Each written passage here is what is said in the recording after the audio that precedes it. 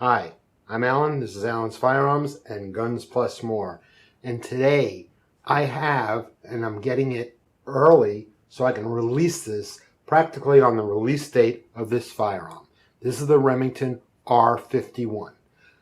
It is beautiful. It has a sculptured rear sight. It's been beautifully trimmed out so it follows the contour of the rear of the gun, and this is so it won't get caught on your clothing. So it is perfect for concealed carry and still having nice big sights. The sights are big on here. Very easy to see. You'll see that at the workbench. Also, the front of the sight has a straight edge on it. That's for doing something very unique. So I'm going to stand up and I'll show you what I'm talking about. You could have this gun holstered, round, chamber empty, magazine full, pull it, and it will cock it for you. Of course, if there was a round in here, the slide would have gone forward like that, and you would have a loaded gun. But you can, that easy, rack the slide right on your belt. It has a palm safety on here, grip safety, so you have to have your hand engaged holding this firearm in a grip in order to be able to pull the trigger. So if I'm not holding it right, can't pull the trigger. Holding it right, it's got some hard chrome pieces in there, which is real nice. The finish is really, really hard and well done. So this gun, first of all, there's a Pederson device in here. Remember, you saw me cock it on my pants? That Pederson device makes it, is a 40-year-old technology, but it was very ahead of its time. What it is, it's like a speed bump in the gun, and I'll show you it at the workbench. So when this slide goes back, it hits that speed bump, slowing down the action enough for the whole firing mechanism and process to work properly. Instead of having that heavy spring, that's why it's so easy to pull the slide back on here.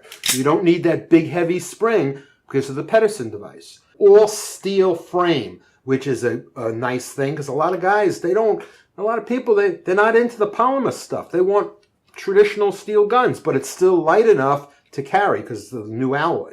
It's got a plastic trigger, but that's okay because they were able to keep this at a really inexpensive rate. It costs the same thing practically as the RM380. Not bad, under $400, and it's a big bang for the buck gun, I'll tell you that. So let me give you the poop on this. It got a lot of bad press. A lot of people saying, oh, I'd never buy one of those. I'm going to tell you the truth about what happened. They originally came out with this gun, I was probably in 2014. It was about 2 years, almost 2 years ago. What they did was they made prototype guns, meaning they were controlled batches made. All controlled batches means they were hand tested, they were looked at, they were made sure, hey, these guns are perfect. They gave them to the salesman's hands. The salesman went out, they went to the gun stores, they brought us out shooting it. It shot beautifully. We were all excited. They went to the distributors. They were all excited. Everybody was excited.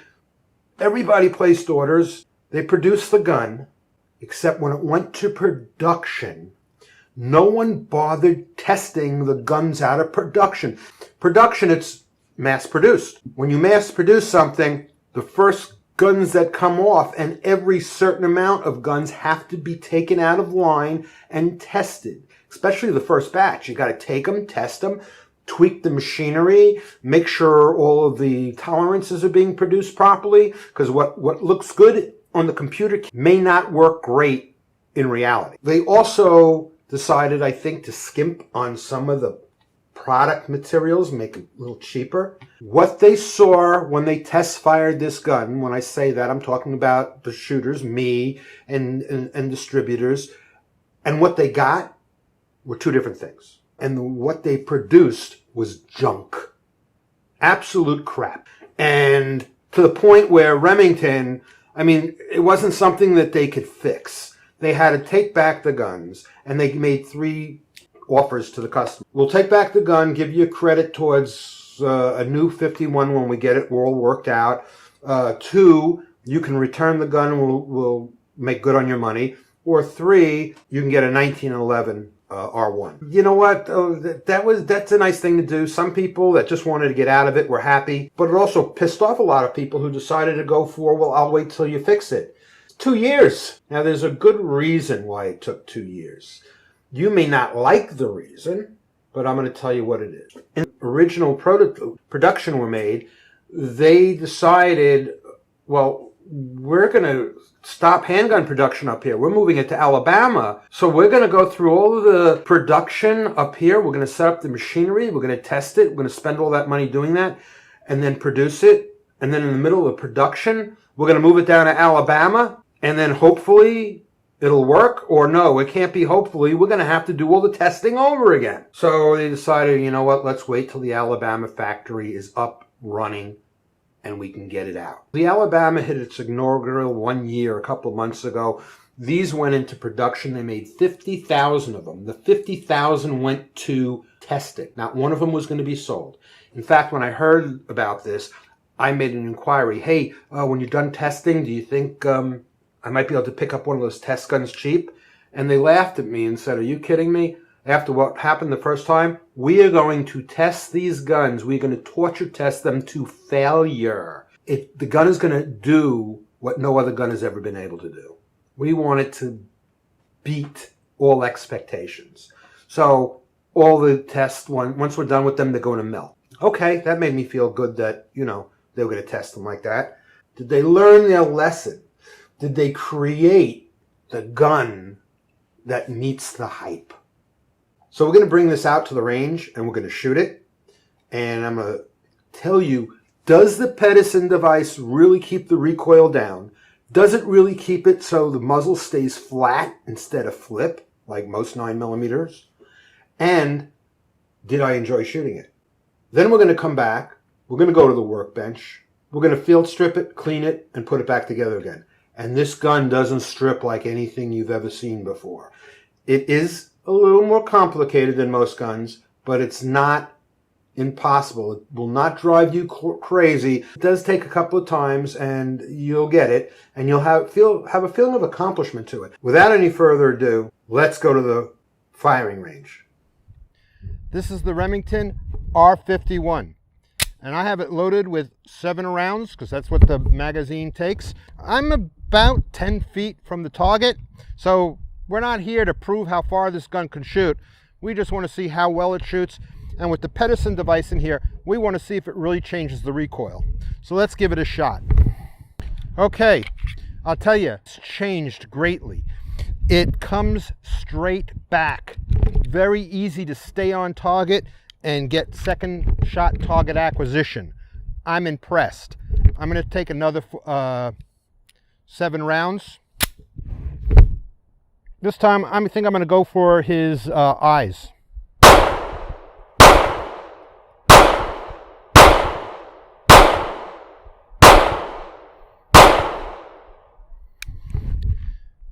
Well, I pretty much got right underneath the eyes with it. For me, the sighting is just a little low, but that you can compensate with. And I enjoyed the way it shot. I would give it a recommendation and a thumbs up. But to clarify that, I'm going to put a bunch more rounds through it. Okay, so here I now have the Remington. This is a 7-round magazine. So I have a full 7 rounds plus 1 in here. After I shoot these 8, I have another magazine which will dump this one and put that one in. Now,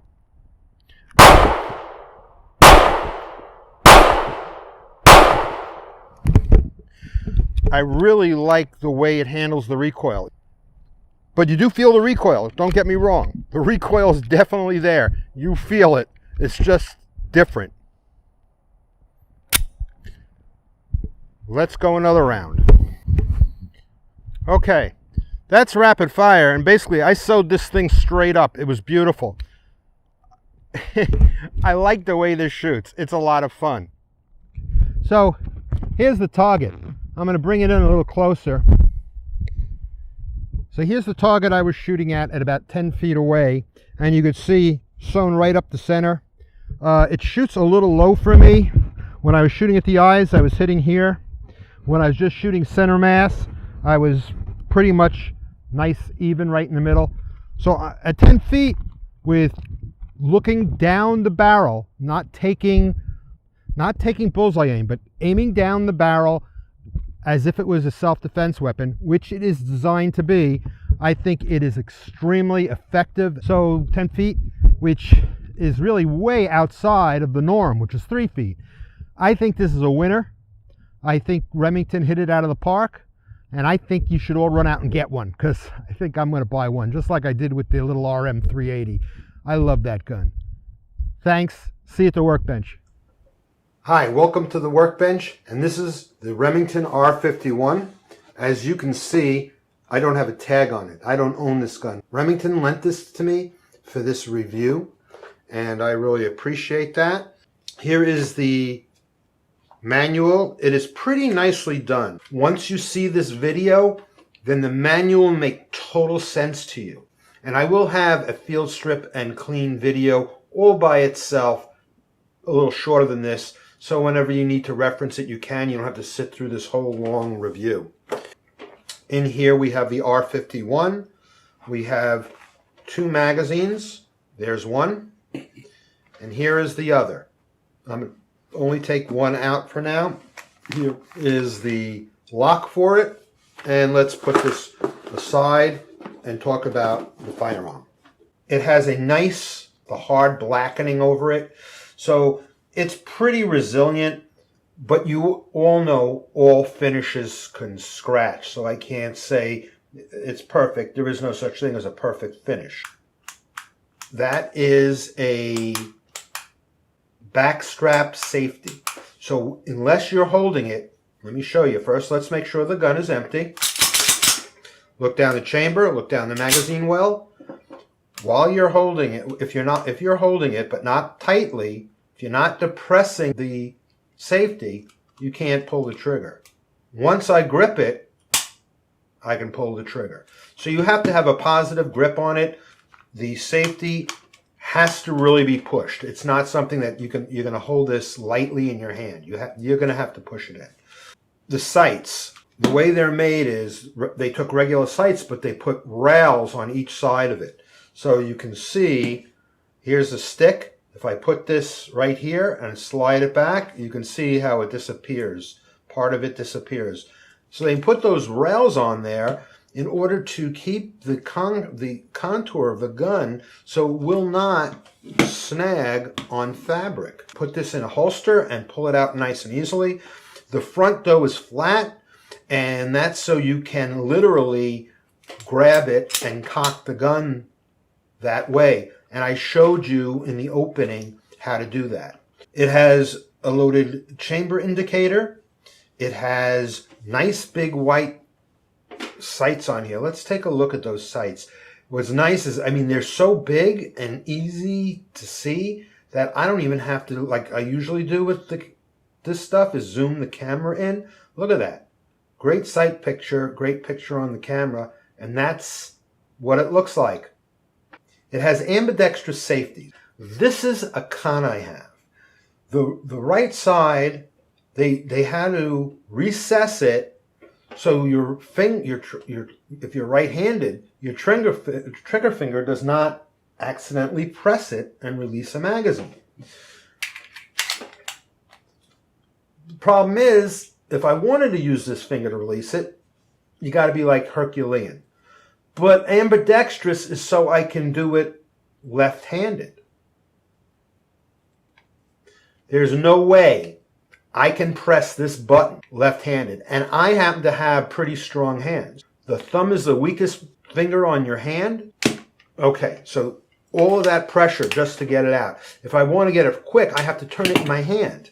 So, a con. I would have rather than made it not ambidextrous, save a couple of bucks. The other side is fine. Okay, no problem with the other side. Matter of fact, if you're left-handed, you're going to end up using your trigger finger to release the magazine if you really need to change it. The trigger is plastic, but that's okay. You know, a lot of people are using plastic triggers, and it hasn't made a big difference in any guns that I've shot. Nice slide release. magazine is flat, and the magazine is 7 rounds. So this is a 7+1. It's the only 9mm in this size class without it being an extension magazine. So this is a flat flush magazine and 8 rounds. I think that's pretty damn cool. It has removable panels. I think that's also cool. That means that if Remington doesn't, somebody else is going to make grip panels that you can change out with this, so you can deck out your gun and, you know, put some bling on it. I think that's about it, and I am going to go now to taking this gun apart and showing you how to do that. First thing we're going to do is we're going to remove the slide. Now, let me show you something. On here, there is a little round hole. You can see I just put this pin in here. And then there is a slot. It won't stand in the slot because it's a slot. You have to move this hole back over this section where the pin starts. That's where the pin is, right here. There is a nice bright shiny metal pin right there, and you will see it in the hole. So what you're going to do is you're going to move that back there. I don't know if you can see the pin in there. Okay, I don't know if you can actually see there. You see the pin? It's shiny right there. See that shiny pin? Okay. Now, what you would do, I'm going to press it. I'm using my finger, but I can't get it enough because I don't have, there, I just pushed it with that little pin. I could have used the magazine. Now, that's it. That you've done a million times with other guns. End of normality. So now we're going to pull this back. Now look at the front of the gun. You see those threads? They're not threads. They're concentric rings. You grab that, you let go, and you pull it. Now, you just turn it, and this will fall out. If it doesn't, just pull that a little bit. Now I'm going to let go of the barrel, and I have it just like that. Now, the barrel shot back, which is fine, because if it didn't, if you let it go lightly and it was sitting up here like that, you'd have to push the barrel back. Let me show you that again. You'd have to push the barrel back. Now, what there is there's a slot, a wider cut. Here, it starts here and ends there. Let's take a closer look at that. It starts here and ends here. See the cut? And that's so this piece is going to go back in there. Eventually, we're going to use that to remove it. So what we're going to do is we're going to grab it from here and here. You see that? I'm grabbing it from the ejection port and the top of the opening of the slide, and I'm going to pull that back until I get it. You see that? I can lift it up a little bit, and I'm just going to let it, and when it's halfway, I'm going to let it sit right in there. That allows me to pull the barrel out. That's simple. Now at this point, we can take this, push it into that slot, and lift it right out. We're done. At least we're done taking it apart. Not bad. Let's look at the parts. We have the slide. We have the, I'm just going to call this the bushing ring. We have the spring. We have the barrel. We have the slide release or slide stop. We have the Pederson device, bolt carrier. And we have the frame. Okay, so there's the gun and the magazine.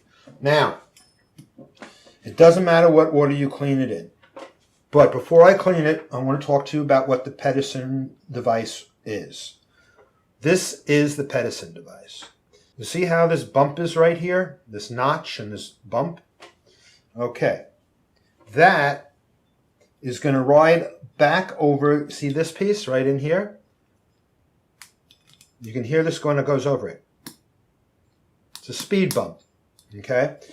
The way it works is this. This is in here, and it hits that speed bump, and it goes up. Now I'm going to show you. Watch this plate.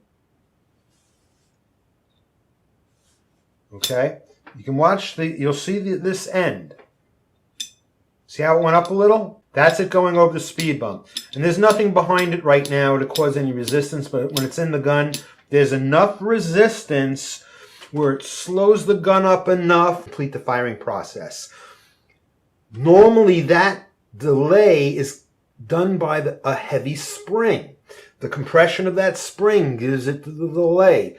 The gas expands, the bullet travels down the barrel, leaves the barrel, delayed enough to do that, so then it cycles. We can use a much lighter spring because this Pederson device causes that same kind of delay. Okay, now that you understand that, we'll proceed to cleaning it. So what we want to first do is we want to spray the inside of this and let it sit for a couple of seconds. By the way, I use strike hold. Strike hold is a CLP. I will show you how to oil it for those of you who are using gun cleaner. Now, that's sitting there. I'm going to take some of the CLP. I'm going to squirt it down the barrel. I'm going to shake it up a little bit. Pour it out on the rag.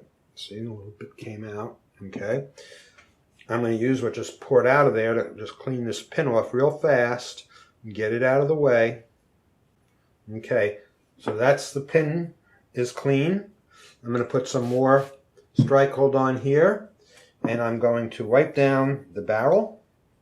I'm going to make sure I get the lug and all these little grooves. Now anything I can't get with my fingers, I'm going to put on this stick so I get into the slots. Make sure I pay particular attention to the ramp. I want to get the ramp clean. I want to get the chamber clean. And press this down the barrel. Do that a couple of times. Make sure my barrel is clean. There, now we have a clean barrel. Now let's take the spring. We're going to wipe down the spring. Now this piece, your spring cam, we want to clean this off real good. Now this has been hard chromed. They decided to do hard chrome because any finish gets ripped off of this because it gets so much abuse. And hard chrome can take a lot of abuse. It has a natural lubricant to it. You know, of course, you still want to lube it, but it has a natural slide to it. Works very well for these kind of applications where metal gets a lot of abuse. And now we're going to take the frame and we're going to wipe down the frame. This is the ejector, and it swings up and down. I'm sure there's a reason why it swings. It makes it a little difficult to put it back together. I'm sure if they could have made it so it doesn't swing, they would. I'm going to spray a touch of strike hold down into the trigger assembly and back down into the hammer assembly. I'm going to wipe it down in there. I'm going to pick up the excess. Now I can see there's some wearing on black is coming off here, so I know there's metal to metal contact there. So I'm going to make sure I hit that with some strike hold because I want it to be lubricated anywhere where I see metal to metal. I know where I have to do it, the obvious places, but that helps out. Okay, I want to get the rails on the frame. I got to make sure they're clean. So I'm going to go right down here with this stick, do the other side, and get this side done. So you got to get, like, these sticks are great. I get them in the craft shop, and they're really good for getting into, like, especially between these slots. Now, very important to let you know, strike hold is a lubricant protectant. So when I'm done cleaning this gun, all I have to do is put it together. But if you're using a Hoppe's type cleaner or any just plain gun cleaner, you have to touch everything with oil before you put it together again. The reason is those chemicals are breaking down, they do it in a different way than this does, but they're breaking down carbon, lead, brass, and copper. And that stuff, if you don't deactivate it, and you deactivate it with oil, even after you wipe it dry, it will keep eating away your finish and it will screw up your gun. Okay, so we let this part sit a while because this has the most dirt in it from the shoot. So I'm going to come in here and get the slide rails. Now I'm going to get in here with my finger because I can get in there easy with my finger. Get down and get the Pederson device. Speed bump clean. Back here. And I'm going to get down into this slot. Where the firing pin activator goes. That's this piece. This is where the hammer hits this little piece and it makes the firing pin boop, come out. Okay. Now I'm going to hit the outside of this with strike hold, but I am not going to hit it with oil because I really don't have to and I don't want to. What I want you guys to do, if you hit this with cleaner, you do hit it with oil and then you wipe off the oil so it doesn't get on your clothing, and then you go over it. This type of stuff. This is Flitz gun and rifle gun and knife wax. You get this from your gun store, or you can get Canuba, like the turtle wax, the soft turtle wax, and use that. And it will, you put that on the gun, you buff it off, just like you do your car. It'll give it a great shine, and it will protect it even better than this. We need to get this. So we're going to wipe this down with, actually, we're going to put this on a cloth. We're going to give it a spritz. I'm going to hit inside there, the firing pin, and the battery, just like every other gun. Well, I'm going to wipe down the big parts first, and then I'll get into the little eccentricities. Okay, so now there's some slots here that you're going to want to get into and clean. The only way you're going to get in there is with some sort of stick. Make sure your Pederson device is clean. Now you want to definitely get your battery. That's where failures happen. Get where that little hole where you can see your round to make sure the gun is loaded. You want that clean so you have full reflection of light and you can make sure you can see that brass. You're going to get underneath your extractor. So always make sure your extractor is clean. Also, battery is one of the major places dirt builds up and you have a failure. Okay, so that's clean. The whole gun is clean right now. That didn't take long at all. We're going to take some oil and I'm going to show you how to lube this thing. People ask me, what are you using? This is Gun Slick gun oil. Okay, so now I'm going to take the oil. I'm going over the Pederson device. And like I said, you use gun cleaner. You're going to go over everything with this. If you put cleaner down in that little hole, guess what? I tell you, never put gun oil directly on a gun, but in this case, I'm going to put a drop on there. And I'm going to do the same thing to the back. Now I'm going to wipe off the excess oil, because that's all you need. Over oiling a gun is not good. What it does is it gives a place for dirt to do it properly. Now I'm going to take the barrel. I'm going to wipe down the whole barrel. I'm going to get those grooves. I'm going to get the ramp. I want to get, especially here, because here's a place that touches metal, so you want to get all these grooves and stuff. And I'm going to put the oily rag down the barrel because I want to turn off that cleaner that I put down the barrel. So I'm done with the barrel. So I'm going to do this. I'm going to put a little oil on here. This gets a lot of metal-to-metal contact. So that's done. I'm going to put some oil on the pin.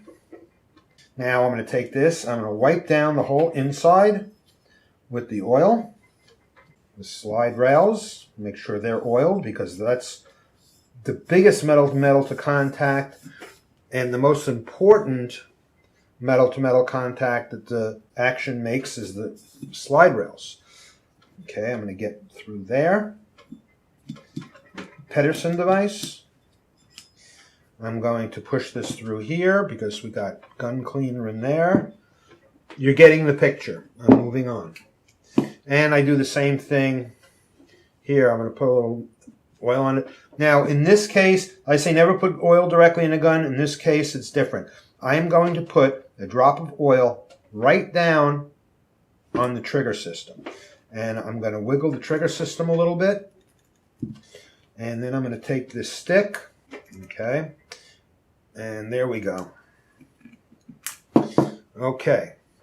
3 drops of oil on the cloth. Wipe down the inside. Extractor. Underneath the extractor. Anywhere where I touched it with cleaner, I need to get. And I'm actually going to put a drop of oil right back here where the hammer system is. And I didn't show you this before, but in the cleaning process, so I'm going to go back to strike hold for a second. What you want to do is take a cleaning rod and a cleaning cloth and go up and down inside your magazine well. And that is why. I know this video is going to be long, and so there. And then, of course, if I was using regular cleaner, I'd repeat this process, but with a rag with oil on it. But I think you understand that, so I am not going to do it. That way we can save a couple of seconds on here. Also, cleaning. This is what I missed with cleaning. Oil on a rag, fold it over, wrap it around. Get in here and get underneath the feeder fingers of your magazine. No one tells you this. No one does this. I don't understand it. Look. Okay? So you want to do that with your mags, both of them. Because these fingers are integral in loading the gun flawlessly. So you want to keep them clean and right. Do yourself a favor after you do this. Hit it with oil, just like everything else, especially since this is polymer. Get some oil rag, do the same thing, deactivate it. Okay, so we are finished, and we're going to put this puppy back together again. The first thing we do, the slide, we put it down. We take the spring. Nice that they made this bi-directional. Don't worry about what direction it's in. Either way is fine. It'll only go on one way, though. You see, you can't put this on. It's got a rim on it. You put this in here like this. Now, remember, there's that cut here and here. This is going to go back, and you're going to put it so it slides down into that cut. But this is sitting on the front of the cut. It's pretty easy to get there. Then we take the barrel, and we put it in. And the barrel will straighten that whole thing out. And then we can push this forward.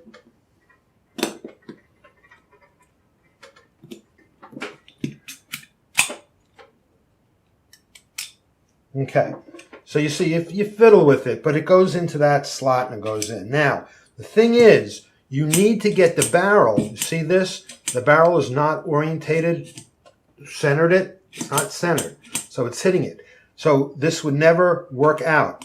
You have to get that barrel, and you can do it by pushing the top of this and maneuvering it. So there. Now I have it centered. You see that? So I can, if I push this, the barrel will come out. You see that? I can take my Pederson device, and I can put that in here like this, and I'll be able to push this right in. Look at that. So that gets pushed in because I can push, it pushes the barrel forward. See, now the barrel is flush. But that, when I push that in, that pushes the barrel forward. If you can't push that in like I did and it was pretty easy, it means your barrel isn't flush. It's very simple. Then you just play with it and get the barrel straight. Matching up the slide rails with the slide. Now this thing, I want to show you something. Underneath here, there is this lip, and it's going to hit this, and it's supposed to, and it's going to have some resistance. Just, you want to keep this part down, and you just want to pull this on, and you give it a couple of pulls, and it will slide over it.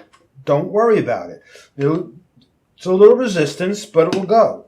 Then I want to take the pin, and I want to put it in here. So now my barrel section is locked, and then I can pull this back and push it in. But I want to show you something. There is a little spring here. If you push this in and it goes over the top of the spring, the gun won't function properly. It has to be under.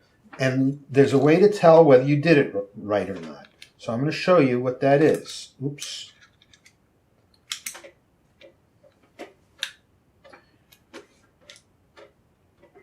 You want this underneath it. So I pushed it down and in. Now this is how you can tell if I did this right. Without a magazine, if I pull this back, it would lock back as if there was a magazine in it. That's how you can tell if it's wrong. But if it's right, it's going to do just what it did. So that's how you field strip, clean, lube, and reassemble an R51. I hope you enjoyed this video. Please like and subscribe.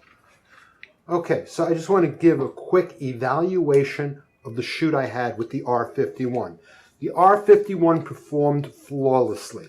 It was given to me dirty, and what you saw on the cleaning was nothing compared to what I got out of it. Believe me, it was given to me dirty. It was told it was dirty. You didn't have time to clean it.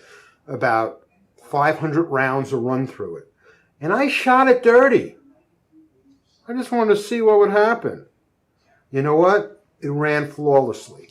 It does have reduced recoil. It does have a great target, second shot, third shot, fourth shot acquisition, because it does move almost straight back. Very little flip to the gun. I really enjoyed shooting it. I thought it performed as advertised. Actually, I thought it performed better than advertised. I think it meets the hype. It exceeds the hype. I'm endorsing this gun. I love it. Steel frame, passive safety, reduced recoil, way reduced muzzle rise, one of my biggest complaints about the 9mm. A little difficult to take apart, but not impossible.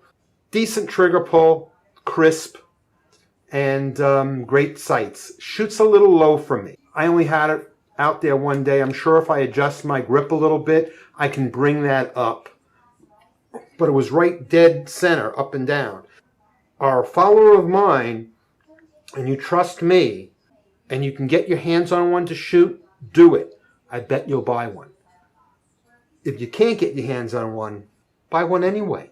I think you're going to really like it. So, there we go. The Remington R1, and that is my final word. Thank you for joining me. Please like and subscribe, and I'll see you next time.